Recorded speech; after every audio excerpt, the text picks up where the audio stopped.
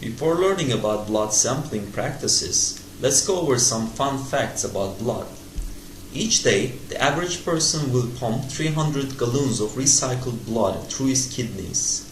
Each woman has around 4.3 liters of blood in her body, while men have 5.5 liters.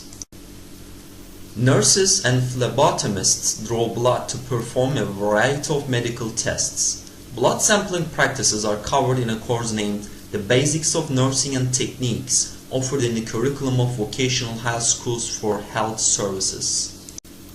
So, what is the first step of blood sampling practice? Well, of course, you should start with washing and sanitizing your hands. Put on sanitary gloves. Step 2. Assemble your supplies. You should have blood collection tubes, a tourniquet, cotton balls, bandage or medical adhesive tape, and alcoholic wipes. Make sure that your blood tubes and blood culture bottles have not expired. Step 3. Select the appropriate needle. The type of needle that you choose will depend on the patient's age, physical characteristics, and the amount of blood that you plan to draw. Step 4. Seat the patient in a chair. The chair should have an armrest to support the patient's arm, but should not have wheels. Make sure that the patient's arm is not bent at the elbow.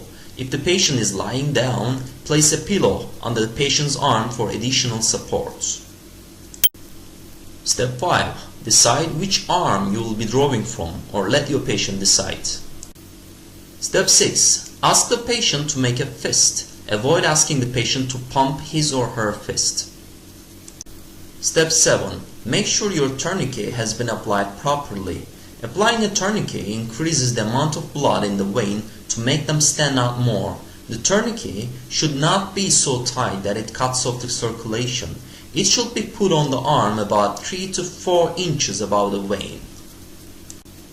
Step 8. Put a warm pack or water bottle over the area if necessary. Warmth will make the patient's veins dilate and expand, making them easier to see. Step 9. Trace the patient's veins with your index finger. Tap the vein with your index finger to encourage dilation. Step 10. Locate the vein. The inside of the elbow is generally the preferred location because the median cubital vein is usually easily visible. The median cubital vein runs between the muscles and may be clearly visible as a blue bulge in the inside of your elbow.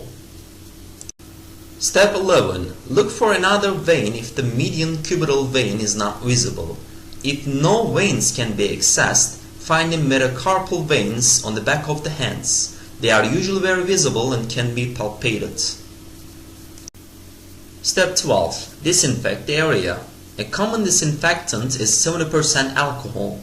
Wipe an area that is at least 2 cm by 2 cm for at least half a minute. After a minute or two, it will have dried. Allow the disinfected area to dry for 30 seconds so that the patient doesn't feel a sting when the needle is inserted. Step 13. Perform the venipuncture. Anchor the vein by pulling the skin below the vein taut. This will prevent the vein from rolling. Insert the needle at a 15 to 30 degree angle and then hold it still while collecting blood. Fill the collection tube with blood following the order of draw as specified by your laboratory. Then release the tourniquet after 1 minute and before removing the needle. Leaving the tourniquet on for longer than a minute will affect the concentration of red blood cells, possibly altering the test. Withdrawing the needle while the tourniquet is still on will result in pain. Step 14. Do not draw blood from areas that are near an infection, have scarring, have a heel burn, are bruised, are on an arm where the patient has a cannula, fistula, or vascular graft.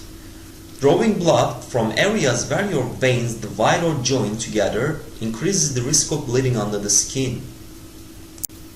Step 15.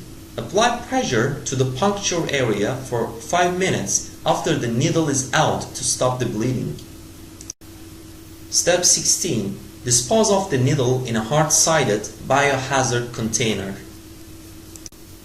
Step 17. Double check the labeling on the tube to make sure it is accurate. If you follow all these steps and still fail, then maybe you should consider quitting this job. No, just kidding. You'd better work harder and practice more.